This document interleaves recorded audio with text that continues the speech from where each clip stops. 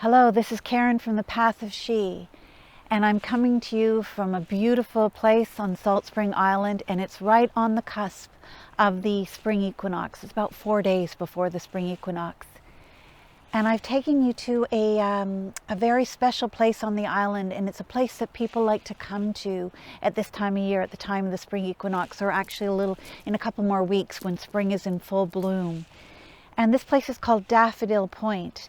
And the reason why is there's wild daffodils that are growing all around on this outcropping of rock, and that's the middle of this bay. It's called Burgoyne Bay. And as you can see right now, because it's just the turning into spring, that these green shoots here are all daffodils, all wild daffodils. And there's this patch here in front of me and all around me and all up the hill. This place will soon be covered with beautiful spring green stalks and bright yellow flowers, daffodils, the flowers of spring. And I've taken you here because the daffodils, spring flowers, the new growth of spring, have really powerful teachings for us at this time of the Spring Equinox. And so Spring Equinox is a time when we are shifting from the seasons of darkness and death into the seasons of light and life. The Spring Equinox itself marks a moment of balance, a balance between lightness and dark and life and death. And when we look to these spring flowers, when we look to nature, it really teaches us about this moment of balance, this moment of equanimity, this moment of the meeting place of darkness and death and light and life, which is the turning at the Spring Equinox. And when we look to flowers, or we think about new growth, and we think about the beautiful things that arise in springtime, we tend to focus on the stalks and the yellow flowers and the bright new shiny things that are coming into existence. And we forget about the darkness and the death and the shadow and the compost that is the base of these flowers. So if you look at these beautiful shoots, Spring Equinox really draws our attention to this meeting place, this moment where the green shoots arise out of the earth.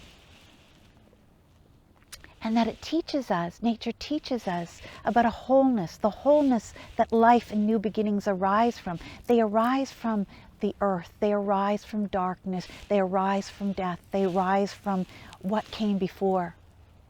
So the new arises from what came before.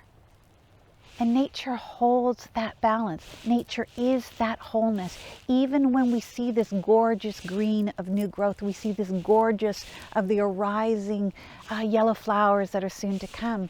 They are taprooted in, they are grounded in, they are fed from the deep, dark places in the earth. And if we look to the story of Persephone, Path of She and the Path of She, we work with the story of Persephone's descent and return from the underworld. And at this time of the Spring Equinox, it's the time when Persephone is re-emerging from the underworld and returning to the land above, returning to the powers of light and life and the green world of her mother Demeter. And the Spring Equinox is that cusp moment where Persephone has one foot in the underworld and one foot that is reaching for the light and the powers of life again. And Persephone, in this moment, from her time in the underworld, she has changed. She was the maiden goddess she was in the fall when she descended to who she is now at the Spring Equinox. She arises and emerges from the underworld as both the queen of the underworld and the goddess of spring growth. And what Persephone does is she's become whole in her powers of goddess, as a goddess.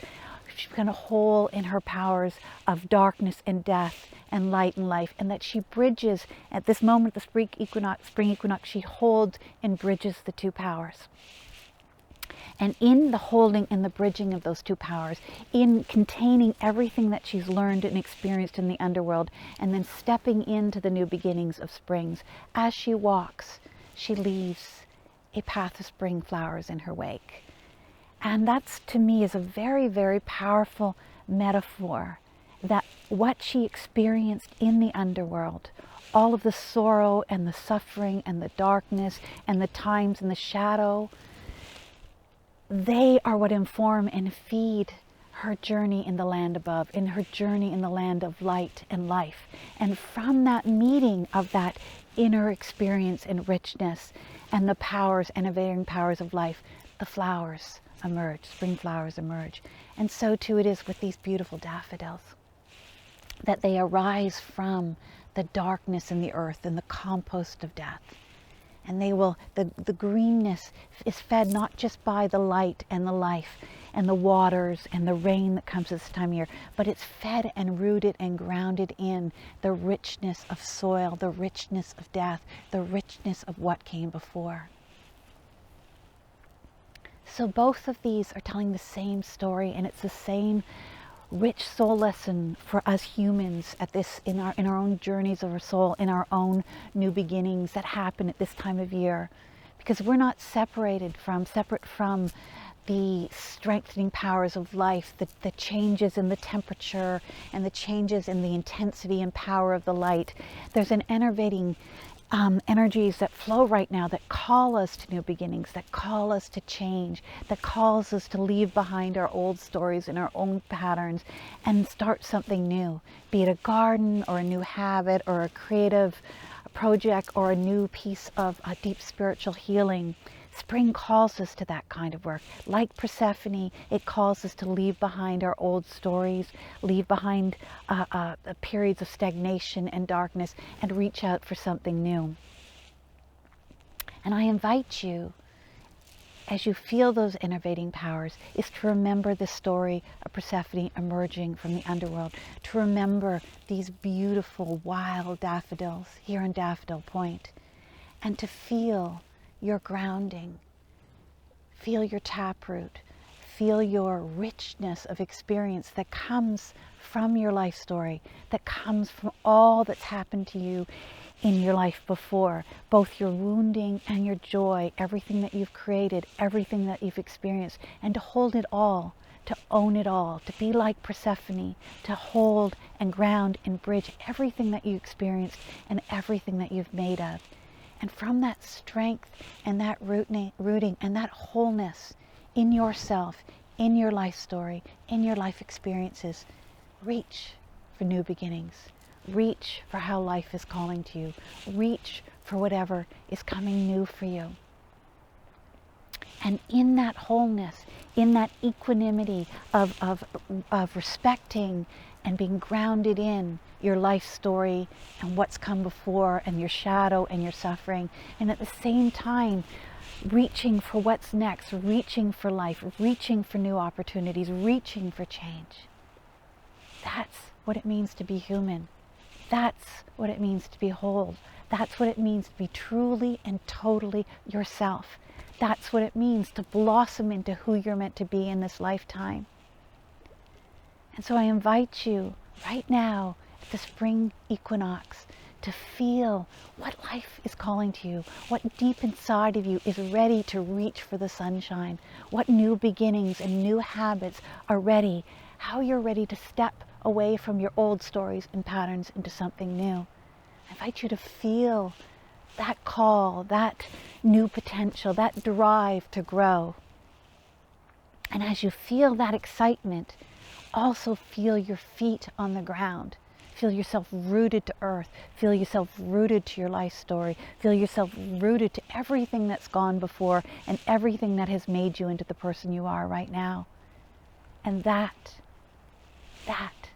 is the power moment. That is the gift of the Spring Equinox. That is the soul lesson of the Spring Equinox, is to develop that capacity to be rooted into what was, to be rooted into darkness and shadow and death and suffering and all that you've ever experienced, while at the same time reaching to the light, reaching toward the new.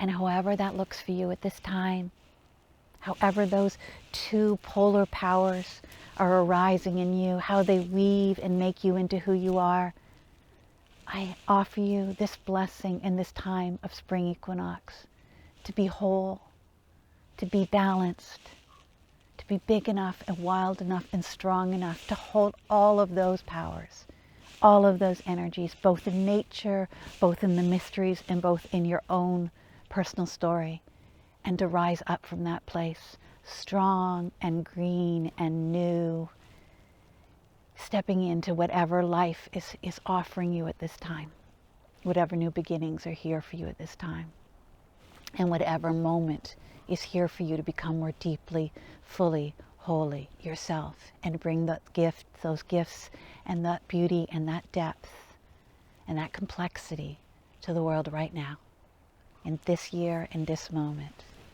on the cusp of the spring equinox. And so I just want you to take a moment to be with me and the daffodils and these powers, and to feel my love and my blessings in your spring equinox new beginnings.